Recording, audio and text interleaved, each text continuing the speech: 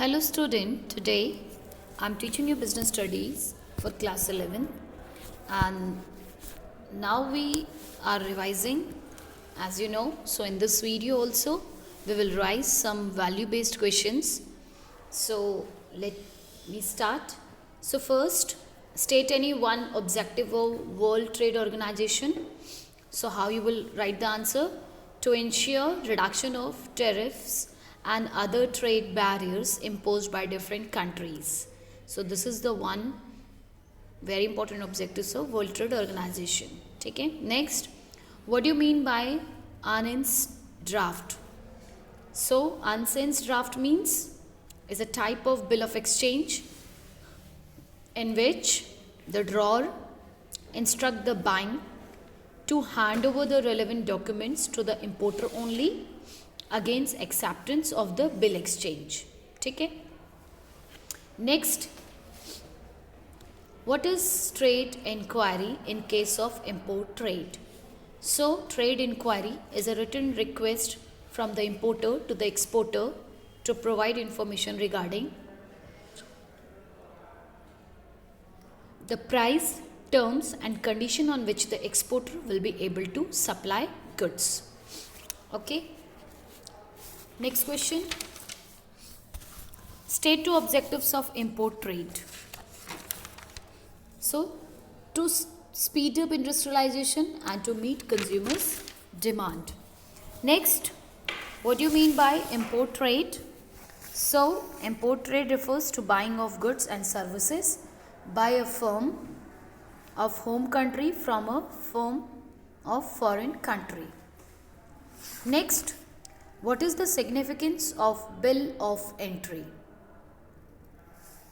Bill of entry is significant as it shows the details of goods imported and is used by custom authorities to determine import duty. Next, give the meaning of letter of credit. So, letter of credit is a guarantee issued by the importer's bank by that it will honor payment up to a certain amount of export bill. Next, why is card ticket prepared?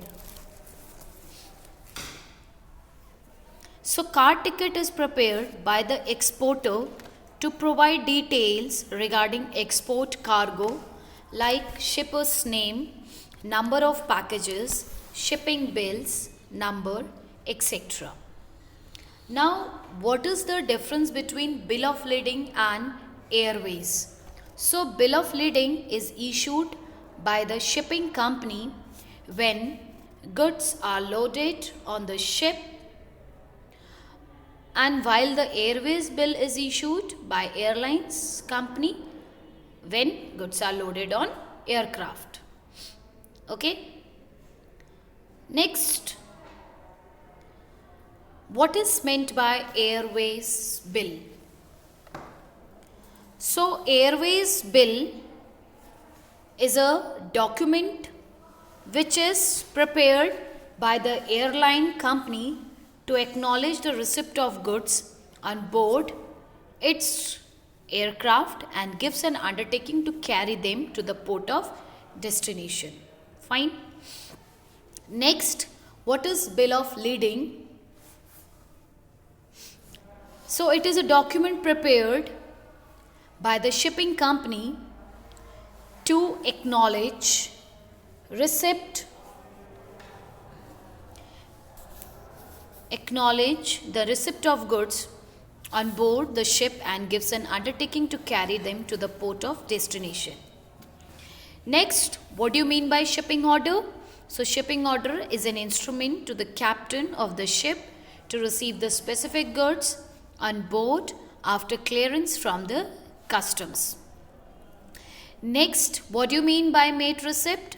So, mate receipt is the receipt issued by the commanding officer of the ship to the exporter after the cargo is loaded on the ship. Now next, name to document related to shipment required in exports transaction. So first document is made receipt and second is shipping bill, or any other document also you can write. Next, what does the certificate of origin specify?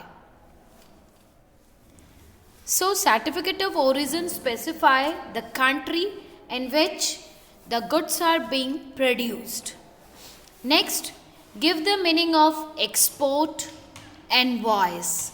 So export invoice is the bill issued by the exporter to provide information such as quantity of goods, sent, total value of goods, number of packages, marks on packaging, port of destination, etc.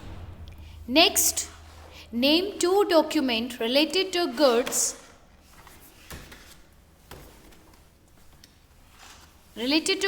required in export transaction. So first, export invoice, second, packaging list. Now next, why there is a need for pre-shipment inspection?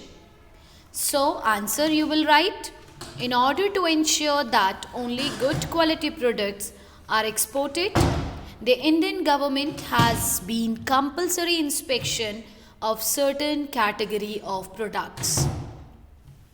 Next question, what is meant by pre-shipment finance?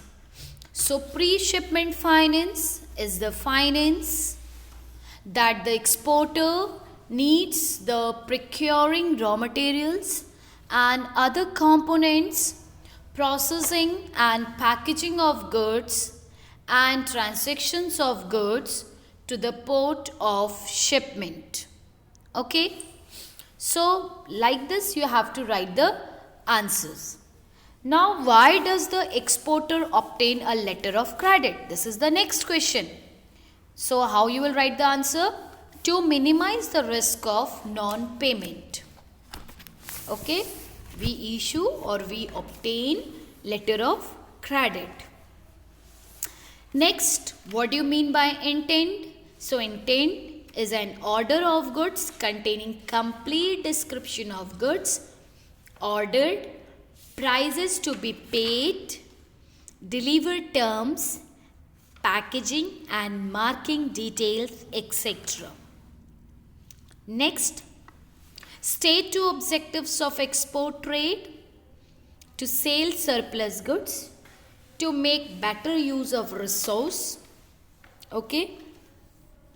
Then next, how does international business helps to raise standard of living of a nation?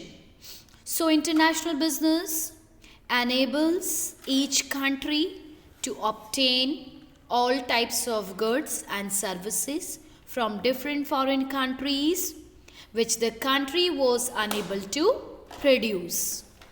Next, what do you mean by export trade? So export trade refers to selling of goods and services by a firm of home country to a firm of foreign country. Next, state two disadvantages of international business: legal formalities, distance barriers. Next, mention any two benefits of international business to business firm. So you will write prospects for higher profit, increased capacity utilization. Next, mention any two benefits of international business to nations. So first, earning of foreign exchange and more efficient use of resources.